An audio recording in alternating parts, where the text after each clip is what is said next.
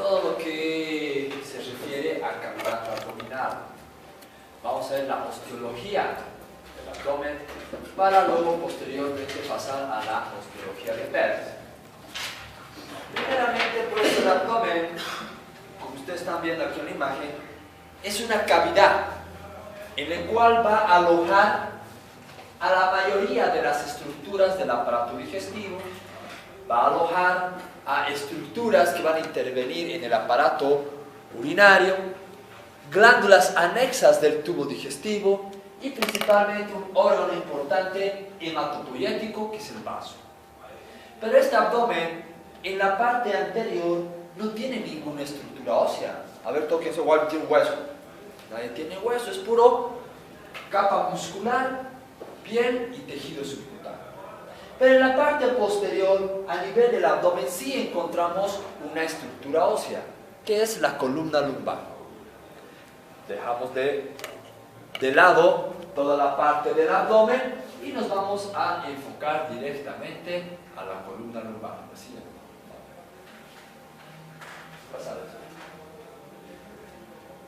La columna lumbar. La columna lumbar está conformada por las 5 vértebras lumbares. Estas vértebras van a tener las mismas características de las vértebras que ustedes ya habían estudiado pues, en primer semestre. Me refiero a vértebras cervicales, torácicas y demás. Pasa. ¿Qué características comunes van a tener estas vértebras lumbares? ¿Qué se denomina eso? Cuerpo vertebral. Detrás del cuerpo vertebral existían dos estructuras llamadas pedículos. En la línea media de los pedículos se encuentra agujero vertebral, que a nivel de la columna lumbar, este agujero dice que adquiere una forma triangular. Tiene una forma triangular. A ambos lados del agujero vertebral da nacimiento a estas apófisis que se denomina apófisis transversa. Pero en las vértebras lumbares también se denomina apófisis costales, apófisis transversas o también se denominan apófisis costales. ¿Por qué? Porque según la literatura dice que son las costillas atrofiadas que quedaron a nivel de la columna lumbar. Casi el resto de los animales tienen costillas hasta la columna lumbar, sacro y demás, excepto el ser humano. Por eso se dice que embriológicamente estas son costillas atrofiadas que quedaron. Por eso le colocaron el nombre de apófisis transversa. Medialmente a las apófisis transversas se encuentran las apófisis articulares, superiores en este caso, y obviamente por la otra cara se van a encontrar las inferiores. Medialmente a las apófisis articulares encontramos las láminas, y posteriormente a las láminas encontramos la apófisis espinos. Todas estas partes son partes comunes que ustedes ya las habían estudiado. Pero estas vértebras lumbares, aparte de esas estructuras, tienen dos partes anexas. Por ejemplo, entre la apófisis articular y la apófisis costal se encuentra este pequeño pico que se llama apófisis accesoria. Apófisis accesoria. Según la literatura, dicen que esta apófisis accesoria sería recién la apófisis transversa. Recién sería la apófisis transversa. Pero bueno, son algunas literaturas. Medialmente a la apófisis accesoria encontramos, miren, esta protuberancia que nace de la apófisis articular. A esta se la ha denominado apófisis mamilar. Apófisis mamilar. Son dos apófisis que es característico de las vértebras lumbares. Pasado. Miren, también otra característica de las vértebras lumbares, su cuerpo es más grande, más ancho, grueso. Pásalo, Fabio, por favor.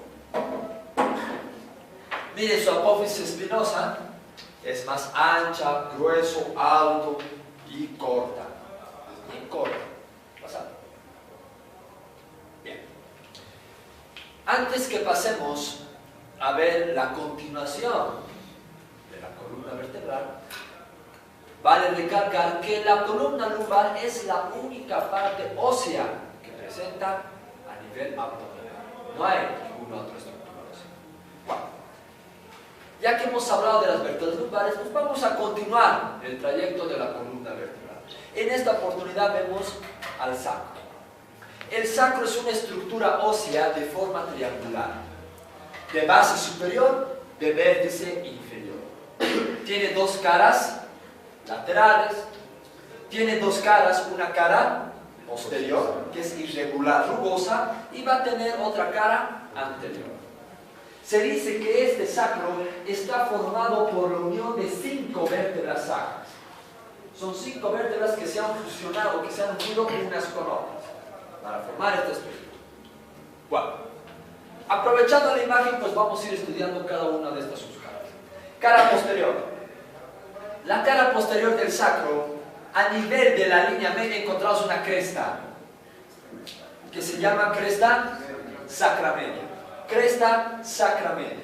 Esta cresta sacramedia se dice que se formó por la unión de las apófisis espinosas de las vértebras sacras. Al unirse todas las vértebras se han fusionado también a nivel de sus apófisis espinosas para formar la cresta sacramedia.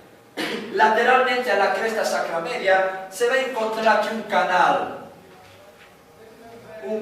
a ambos lados que se llama el canal sacro. Canal sacro. A ambos lados del canal sacro, miren, encontramos aquí una cresta. Se llama la cresta sacra intermedia. Cresta sacra intermedia. Esta cresta sacra intermedia se ha formado por la unión, por la fusión de las apófisis articulares. Las apófisis articulares se han unido unas con otras y han formado la cresta sacra intermedia. Lateralmente a esta cresta sacra intermedia encontramos unos agujeros muy notorios que generalmente son el número de 4, puede haber 5 y en algunos casos hasta 6. Se denominan los agujeros sacroposteriores. ¿Qué estructuras pasan por estos agujeros sacroposteriores? Pues van a pasar los nervios sacros. Nervios sacros. Seguimos. Lateralmente a estos agujeros sacros encontramos otra cresta. Otra cresta acá, que se va a denominar la cresta sacra lateral. Cresta sacra lateral. Esta cresta sacra lateral se ha formado por la fusión de las apófisis transversas de las vértebras sacras. Finalmente, si nosotros observamos bien, a nivel de la cresta sacra media, en su parte inferior, se divide en dos colitas, si quieren llamarlo así, que se llaman astas del sacro. Astas del sacro. Estas dos, astas del sacro. Estas astas del sacro van a delimitar un espacio acá. Hay un espacio, hay un vacío. Este espacio se ha denominado hiato del sacro. Hiato del sacro. ¿Hasta aquí está claro? ¿Alguna duda, pregunta? Nada más respecto a su cara posterior. La siguiente parte. Ahora vamos a ver su cara anterior del sacro. La cara anterior del sacro es una cara cóncava, casi plana, lisa, donde se van a encontrar pocos detalles anatómicos. No hay muchos. Me refiero a detalles anatómicos de importancia. Por ejemplo, miren acá, se han encontrado unas líneas de forma transversal que son los vestigios, los restos que quedaron de la unión de los cuerpos vertebrales. A estas líneas se las ha denominado líneas transversas. No tiene ningún otro nombre en particular, solo se denominan las líneas transversas. Lateralmente a las líneas transversas encontramos otros agujeros que también son en similar número a los agujeros que hemos encontrado en la cara posterior. Pueden ser 4, 5 y en algunos casos hasta 6. Estos agujeros se denominan los agujeros sacros anteriores. Agujeros sacros anteriores. ¿Qué pasa por estos agujeros sacros anteriores? Nervios sacros anteriores. No hay mucha ciencia, ¿no?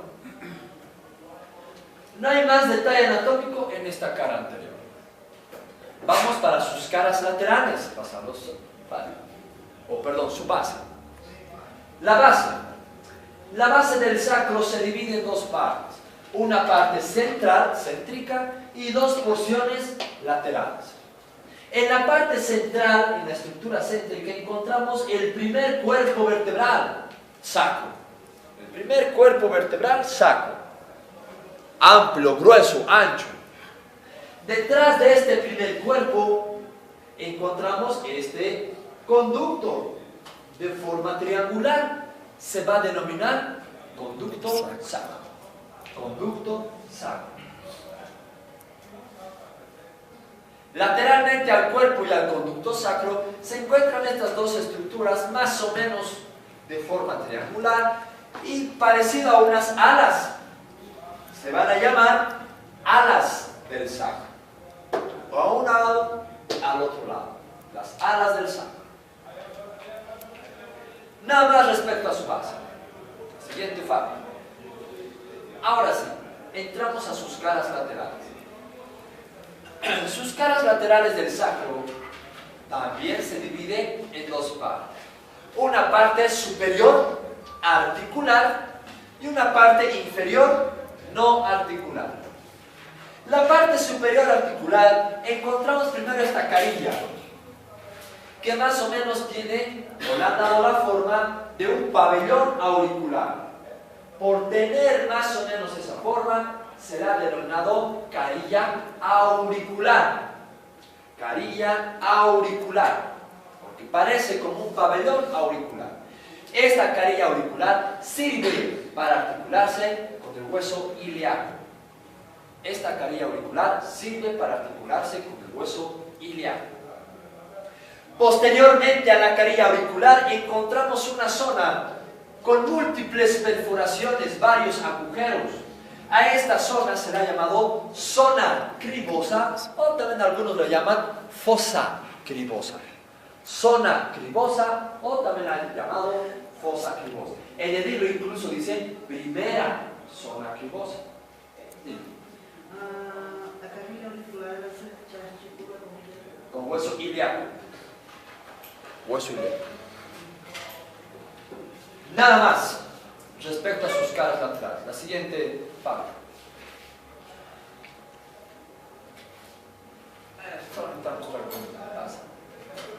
En el vértice del sacro se va a encontrar la última estructura de esta columna vertebral. Es el coxis. Este es el coxis. El coxis se dice que es una estructura de forma triangular, igual de base superior, de vértice inferior, que según la literatura dice que está formado por la unión de 3 a 6 vértebras coxígeas. 3 a 6 vértebras coxígeas, que igual, pues, en su desarrollo embriológico, estas vértebras se han ido fusionando unas con otras, se han unido, se han pegado. Tiene dos caras, una cara posterior que estamos viendo, una cara anterior, una base, un vértice, dos caras laterales. ¿Cuáles van a ser los únicos detalles anatómicos de este coxis? Miren, a nivel de la base sale una especie de cuernitos, más cuernos del cuerpo humano, ¿no? Uno cree que solamente tenemos cuernos en la frente, pero tenemos cuernos hasta en la cola, miren. Pobre de nosotros los hombres, ¿no? Así sufrimos. Pues estos pequeños cuernitos se llaman astas del coxis. Astas del coxis.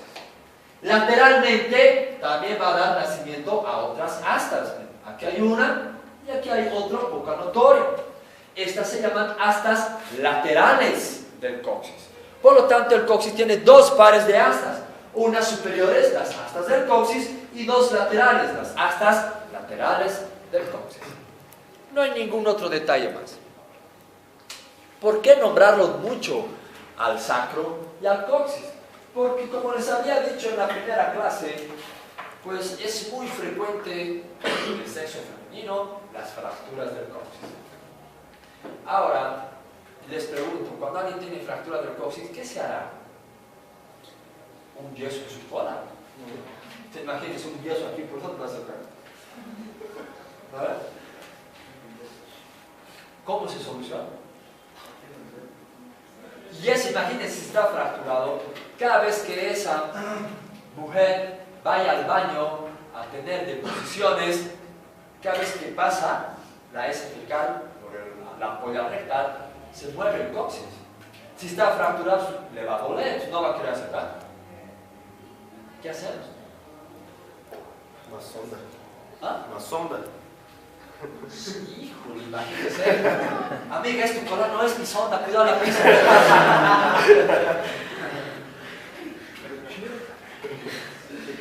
Se retira. Se hace cirugía, se abre, se corta, se saca el coxis, se bota y se cierra. O si quieres le das de recuerdo a la chica. Y arete que se corta. Doutor, então qual é a função do cox? Ninguna función. Por eso de que cuando existe la fractura, como ha dicho su compañero, se hace la cirugía y se retira la pieza ósea. ¿Sí? Vamos a ver en la próxima clase cuando lleguemos a articulaciones, ligamentos, existe una articulación muy importante entre el sacro y el coxis, que en todas las mujeres que están ahorita presentes es móvil, se mueve. Se empieza a osificar a partir de los 35 años. Por eso que las mujeres cuando están embarazadas tienen más de 35 años, mejor hacer cesárea, porque como ese coxis ya no se mueve, pues no va a poder pasar la cabeza del niño, se va a fracturar. Eso ya vamos a ver. La siguiente parte. Miren, está su cara anterior, feo, ¿no? El coxis. Bueno, ya hemos visto toda la columna. Ustedes ya han visto el primer semestre cervicales torácicas, acabamos de ver lumbares, sacro y coxis. Ahora vamos a ver la columna vertebral en general. La columna vertebral en general es una estructura que muchos la han denominado como el eje del tronco. Es el eje. Esta columna vertebral está formado por varias vértebras, como lo hemos estudiado. ¿Cuántas cervicales va a haber? 7. ¿Cuántas torácicas? 12. ¿Cuántos lumbares? 5. ¿Cuántos sacros? 5. 4 a 6. 5 sacros. 1, 2, 3, 4. Un sacro formado por 5 vértebras sacras. Y un coxis, ¿no? Esta columna vertebral pues tiene su longitud. ¿Cuánto va a medir? Fronda. Ayer ya hemos visto eso. ¿Cuánto? Hija de 45. 75. 75 centímetros de longitud tiene la columna vertebral. Pero esto sí, en todo este semestre ustedes van a ver, ahora que ya vamos a entrar a abdomen y demás, muchas dimensiones, tamaño del estómago, del hígado, del vaso, del riñón, del ureter, montón. Pero estas dimensiones que ustedes siempre vean no es exacto, sino es una aproximación. Por ejemplo, a ver, párate. Miren, es alto su compañero. ¿Ustedes creen que su columna sea 75? No creo, yo creo que sea 80, 85 es alto. Pero a ver, tu compañero. Párate un ratito, por favor. Miren, es más pequeño, más bajo. Imagínense 75, póngale por aquí, se va a salir su columna. Entonces, de ella debe ser 40, 45 centímetros. Varía, gracias.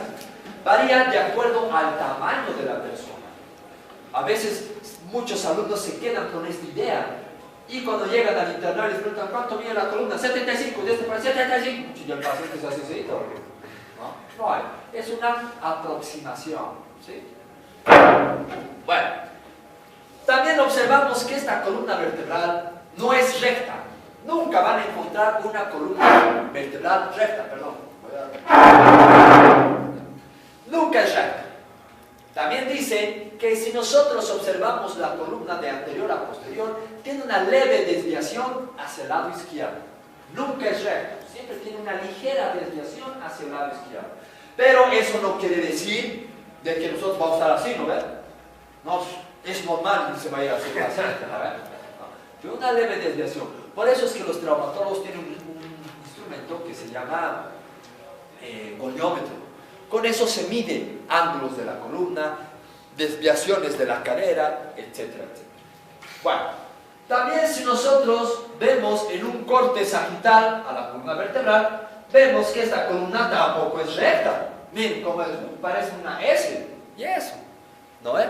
Nunca es recto. Pero estas curvaturas que presenta la columna tiene su importancia. Tiene dos curvaturas convexas y dos curvaturas cóncavas. Por ejemplo, a nivel cervical, tomando en cuenta de anterior, ¿la columna cervical será cóncava o convexa? Convexa. Hemos dicho, vamos a considerar de anterior a posterior. Es convexa. La columna torácica, cóncava. Columna lumbar, convexa. Sacrocoxis, cóncava. Entonces son 4 curvaturas que sí o sí debe cumplir la columna vertebral. Pero, ¿ustedes creen que el individuo cuando nace con las 4 curvaturas? Pues no. Los chiquitos, los recién nacidos, su columna es rectita, lindo, hermoso, bonito. Después cuando nos volvemos viejos como ahora sí queda una desgracia. Pero, ¿cuándo es que se forma, por ejemplo, la curvatura cervical? Cuando el chiquito ya sostiene su cabeza. ¿Alguien de aquí tiene hijos, hijas, adoptados, achacados? No sé. 1, 2, 3. ¿Qué edad tiene tu bebé? 3 meses. ¿Ah? 10 meses. Ya está viejo.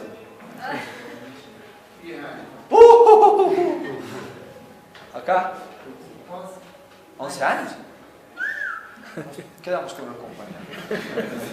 ¿A qué edad tu hijito ha empezado a sostener su cabeza? Muy bien. Más o menos a los 3, 4 meses, el chiquito cuando tú lo levantas, el cacho cae así. Parece como gallina muerta, así. Se cae. Pero cuando va desarrollándose el chiquito, neurológicamente, empieza a controlar ya el peso de su cabeza. Por eso cuando tú lo levantas, el chiquito ya levanta su cabeza. Al levantar su cabeza, todo el peso de su cráneo, ¿dónde va a ir? A la columna cervical. De lo que era recta la columna cervical, por el peso, se dobla. Por el peso, se dobla. Se forma la primera curvatura. ¿Sí? La primera curvatura. Luego, ¿qué cosa ha hecho tu hijito? Después que ha sostenido su cabeza. ¿Se sienta o no se sienta? Se ha empezado a sentar. Cuando se sienta, ¿dónde va a ir todo el peso? A la columna torácica. ¿Qué cosa se forma? La segunda curvatura. De lo que estaba así, pues otro es el viejo, se ha sentado. Se ha formado la curvatura torácica. Después que se sienta, ¿qué cosa va a hacer el chiquito? Se va a parar. ¿Dónde va a ir todo el peso? A la columna lumbar. ¿Qué se forma? La curvatura lumbar. Otra vez se vuelve a doblar la pobre columna. Se forma la columna lumbar. Es ahí, es en este nivel, donde casi el 90% del peso del cuerpo humano radica ahí. Ahí termina el peso. Por eso les decía a mis alumnos de práctica el día de ayer que muchas personas, especialmente los obesos o los que cargan mucho peso, ¿dónde se colocan las manos cuando están cansados? Aquí atrás, ¿no? O las embarazadas, ¿han visto cómo están las embarazadas? Así se colocan. Y se agarran sus manos atrás, tratando de equilibrar el peso de su cuerpo. Porque ¿dónde va todo el peso? A la columna. Luego, ¿cuándo se forma el sacro y el coxis? ¿Ah? Nacen con esa curvatura. Todos nacemos con el sacro y el coxis adquiriendo esa curvatura. ¿Han visto? Esa es la lógica del cual se han formado estas curvaturas en el cuerpo humano. Pero, como toda parte del cuerpo, existen patologías. Por ejemplo, si esta curvatura hemos dicho que la columna tiene una leve desviación hacia el lado izquierdo, si esta desviación es muy pronunciada, las personas están así chuecos, ¿qué se va a llamar? Han debido ver, ¿no? Algunas veces en la calle personas son chuecas, ¿no? Eso se llama escoliosis. Escoliosis. Son personas que lamentablemente esa su leve desviación pues es muy pronunciada y están así todos chuecos. Eso se llama escoliosis. Luego hay personas que esta curvatura lumbar es muy pronunciado. En vez que sea de estas características, viene así. Y aquí está su cola, así. Esas personas cuando caminan y se paran, su potito parece como cola de pato, así levantado. Y eso es lordosis. Se llama lordosis. Es una patología es cuando la curvatura de la columna lumbar es muy pronunciada, muy marcada, se llama lordosis. Luego hay personas que son jorobados, ¿no ven? Parece como si tuviera una mochila aquí adentro, ¿no ven? Eso se llama cifosis. Cifosis, que quiere decir que a nivel de la columna cervical y la columna torácica se ha formado una deformidad y ha adquirido esa posición, la cifosis. Entonces, miren, hay patologías respecto a esta conformación normal de la columna, en el cual sí o sí ustedes tienen que saber. Luego ya cuando lleguen a traumatología ya verán los ángulos, exactamente cómo se mide, etc. Doutor, esta lordose, escoliose y esas patologías pueden ser en cualquier nivel de la columna. Cualquier nivel. ¿Sí? Ahora, también otra patología de la columna es el aplastamiento de cuerpos vertebrales. La famosa hernia de disco. Eso lo vamos a ver con más detalle cuando veamos articulaciones. Pero han debido escuchar, ¿no? En la mayoría de los deportistas, hernia de disco, o que alguien sufrió aplastamiento de los cuerpos vertebrales, etc. Eso lo vamos a ver. Ahora, estas patologías de escoliosis, lordosis, tienen su tratamiento. Se coloca unas barras de fierro, acá, unas barras para enrectar la columna. Lo mismo en la parte anterior y posterior, para sujetar la columna y no tenga esa desviación.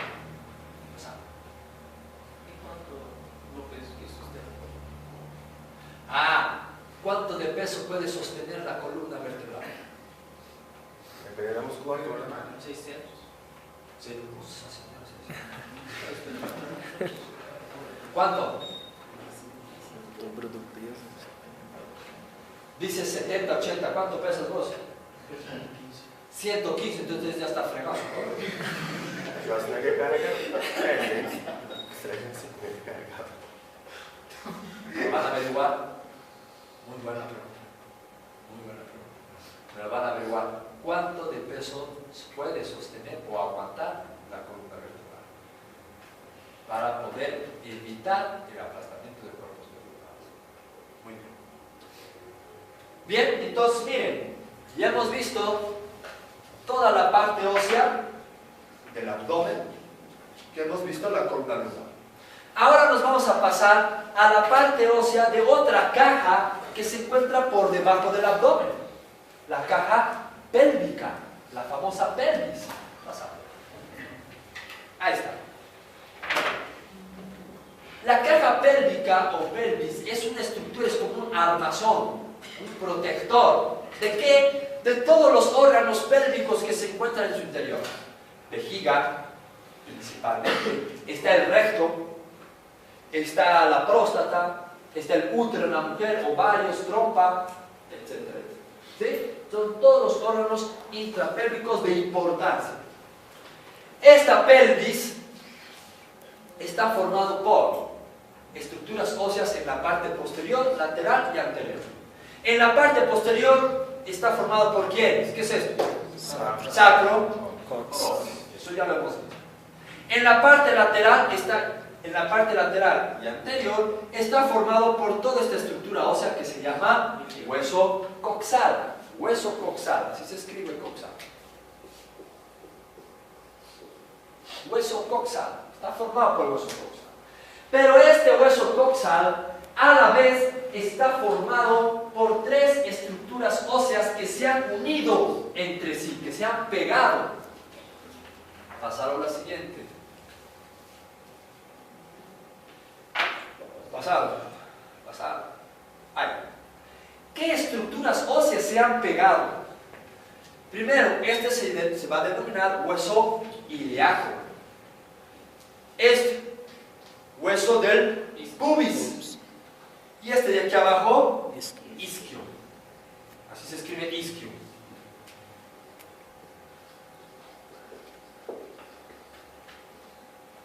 Isquio.